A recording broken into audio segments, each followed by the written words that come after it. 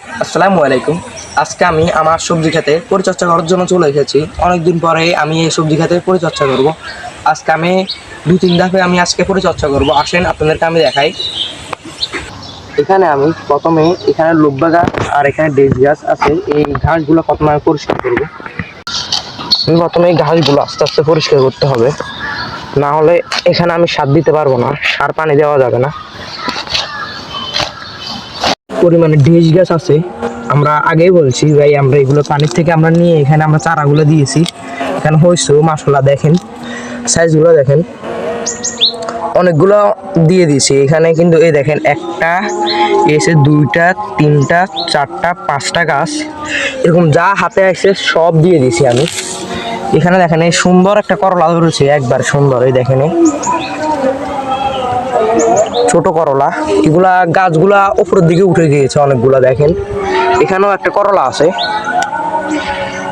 এখানে একটা করলা আছে, অনেক করলা ধরেছে মাশাআল্লাহ। আমরা এখন এগুলা সাফ করব। অনেকগুলো নষ্ট হচ্ছে আমার হাতের সাথে, অনেক পরিমাণে আমি ঘন দিয়ে দিয়েছি না বুঝে। এই ঘাসগুলো আস্তে আস্তে আমি সাফ করব এখন। এখানে আমি গাছ রোপণ করেছি একটা, আর এখানে দেখেন অনেকগুলা গাছ হয়ে গেছে। মানে কারণ এই এসে ডাল এসে আসল মূলটা, এই মূলটা থেকে এখানে অনেক পরিমাণ ঢাল বাইরে অনেকগুলা গাছ হয়েছে। এই গাছটা মারা গিয়েছে। আমরা এখন এখানে একটা এই টমেটো গাছটা আমরা এখন রোপণ করব। আমরা এবার অনেক টমেটো গাছ রোপণ করেছি, আমাদের অনেক প্রফিট হয়েছে এখান থেকে। প্রফিট কি, আমরা তো ঘরের জন্য আমরা রোপণ করি, ঘরে খাই, আমরা তো বিক্রি করি না এতটা। সাফ করা শেষ, আমরা এখন পরবর্তী ধাপে যাব।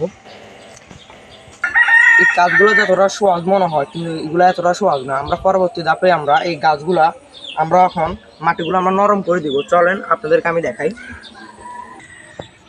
আমরা এখন এখান থেকে মাটিগুলো এখান থেকে কুচি কুচি করবো, কুচি কুচি করে আমরা এখান থেকে গাছে দিয়ে দিব। এখানে গোবরও আছে, আমরা আবার এখানে সার দিব। এখান থেকে আমি এখন মাটি দিয়ে দিই এই গাছগুলো গোড়াত, কেন এই গাছগুলা অনেক পরিমাণে ফল দিচ্ছে। দেখান এখানে ফল দিচ্ছে, তবুও আমরা এখন তাই জন্য এখানে পরিচর্যা করছি। আমরা এরকমভাবে অনেকগুলো গাছ দিয়ে দিয়েছি, আর এখানে অল্প কাঠে রয়েছে, আমরা এরকমভাবে মাটি দিচ্ছি। আমাদের কাজের শেষে লাস্ট পরিবর্তন, কালকে আমরা এগুলো সার দিব।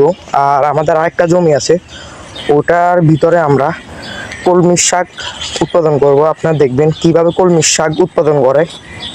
এটা আমাদের লাস্ট কাজগুলো শেষ, আমি আপনাদেরকে দেখাইছি। এখানে অনেক পরিমাণে ঘাস আসছিল, ঘাসগুলো আমরা শেষ করে ফেলেছি। আর আজকের জন্য ভিডিও এতটুকু। আসসালামু আলাইকুম।